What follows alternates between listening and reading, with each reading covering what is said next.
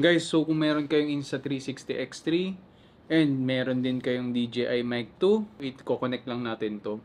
Tapos sa next part of the video, tatry natin isabak sa daan while using this setup na connected na. So ang gagawin ko kasi is after connected, itong si DJI Mic 2 kasi meron siyang saksakan dito sa taas na pwede kang mag-connect ng lavalier. So I'm gonna use Purple Panda na microphone na isasaksak ko siya dito sa yan, ganun. Tapos ilalagay ko to sa bulsa ko, tapos i-hook ko siya sa helmet ko. Tapos vlog setup na. So ito yung sa 360X3 natin, tapos naka-on na si DJI Mic 2 natin. If it's blinking slow, meaning wala pa siyang nakahanap na connection. So mangyari is i-hold natin si itong button na to dito sa taas ng power button. I-hold natin siya, then mapapansin natin that it will be blinking fast. Sa Insta360, we'll go down, tapos click na natin si AirPods. Tapos maghanap na siya. So make sure na magkatabi siya. And this might take a while, then i-click lang natin siya for the pairing. So AirPods connected, tapos dito naging solid blue na siya, meaning connected na siya. So when we go out of the page, makita natin may AirPods na sign. So meaning, connected na siya. So guys, try na natin i-set up yung motovlog nga natin for this Insta360X3 and DJI Mic 2 setup. Pagkabukas mo ng camera and ng mic, hindi siya automatically mag-pair.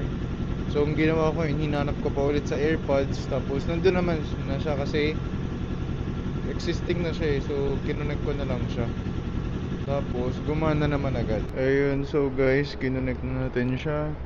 Si Purple Panda na lavalier, kinonect natin sa DJI Mic 2 na yung sa taas niya. Pwede mo kasing mag-plug, although alam ko TRS lang pwede dapat eh ang ipa-plug.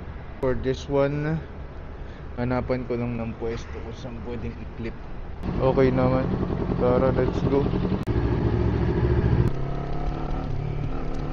Okay guys, so nakalabas na tayo and I'm excited to hear this in post production, kung ano yung magiging audio niya, kasi I am not sure if we can adjust the levels of it. Di ko lang kung kailangan ba natin adjust si DJI internally, or for sure di natin pwede i-adjust si sa Insta360.